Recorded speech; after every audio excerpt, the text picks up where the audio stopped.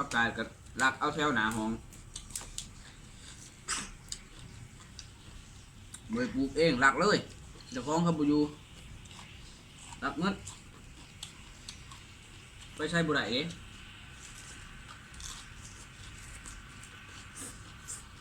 อืมอืมอืมมีหลายคนก็บ่อยากเข้ากล้องนักเลยหน้าตาดีอยู่พี่น้องแต่บ่อยากเข้ากล้องกินผู้เดียวก็บ่แซ่บกินหลายคนแซ่บแซ่บโลดโอ้กระปุ่นกับเหย้าแถวเว้ยโอ้อืม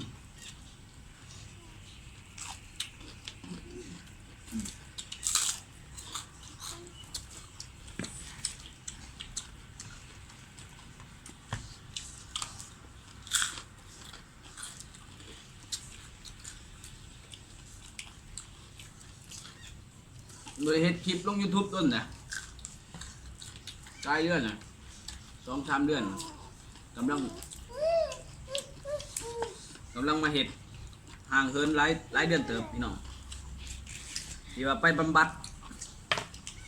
ตัดหัวโหลนมาไปบว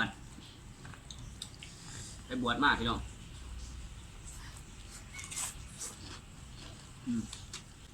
ข้าวจีบข้าวหอมเดือดแดดด้วย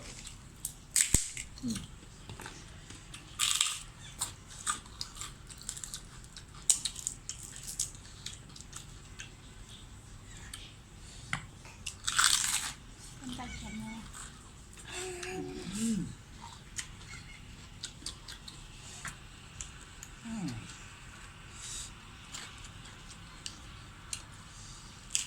แสบคือเก่าพี่น้องคุณกินปกติ อืมกินปกติ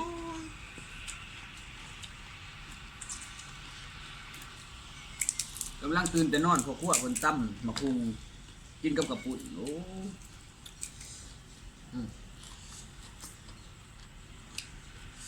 พอคั่วก็บ่อยากเข้ากล้องเห็นแต่มึงย่านคลิปรุด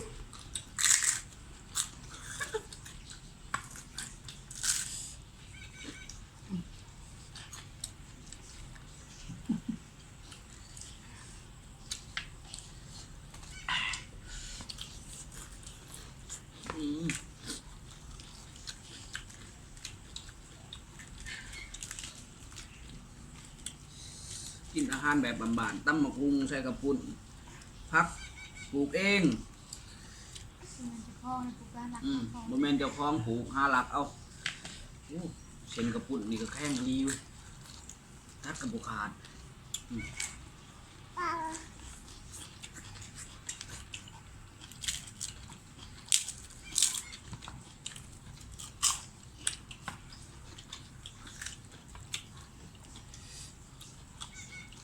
ภาพประกอบเนาะ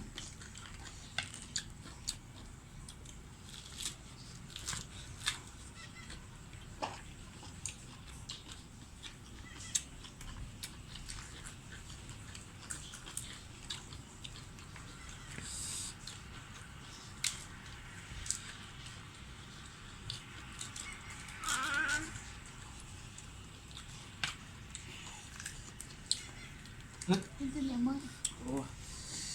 ภาคอลีว่ะเพชรได้ใจ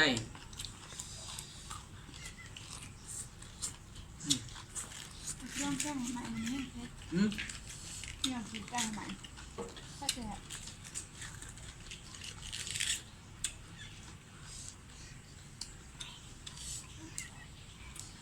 จำหงมาสิ บะฮุงกับบะฮุงขี้ลักอู้มาจากไรอยู่ห้องผักบ่รักบ่รอดพี่น้องรักมันเลย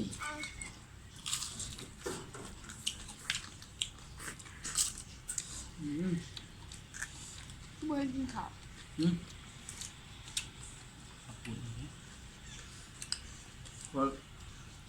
เบอร์กินขอเป็นเสาเลยกินหรือบ่กินน้ำพี่อา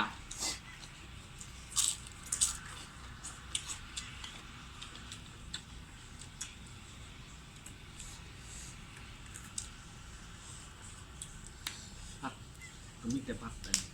ขับก็ดีวะ ตั้งห้องก็ประกาศแล้วเป็นเจอนะ เป็นเพื่อกินอากาศนี้ภาษาดี ประ นะ กาศคิวเจอจะใส่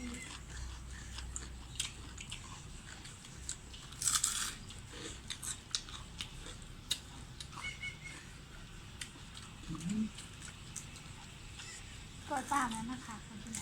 พักเต็มสาว ดีใจมาประทัดมือแล้วก็เห็นแต่ก่อยไก่แมันบ่ คุณเพื่อนเจ้าอ่ะ เห็นอยู่ในตู้เจ้า คอยใจไม่สื่อมากตี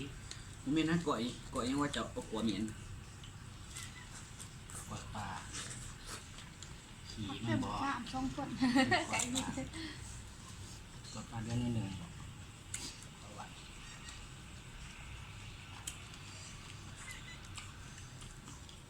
เอาตู้อาจจะทะเลยนี่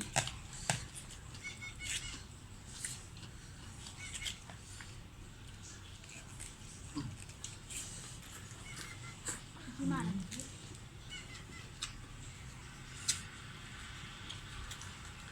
เป็น เห็นแต่ใจดิ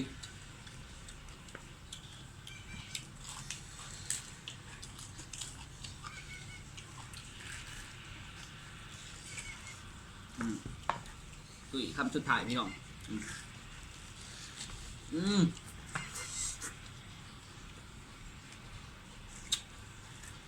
สำหรับคลิปนี้ก็ไว้เพียงเท่านี้ก่อนเนาะไว้พอกันคลิปหนาเนาะ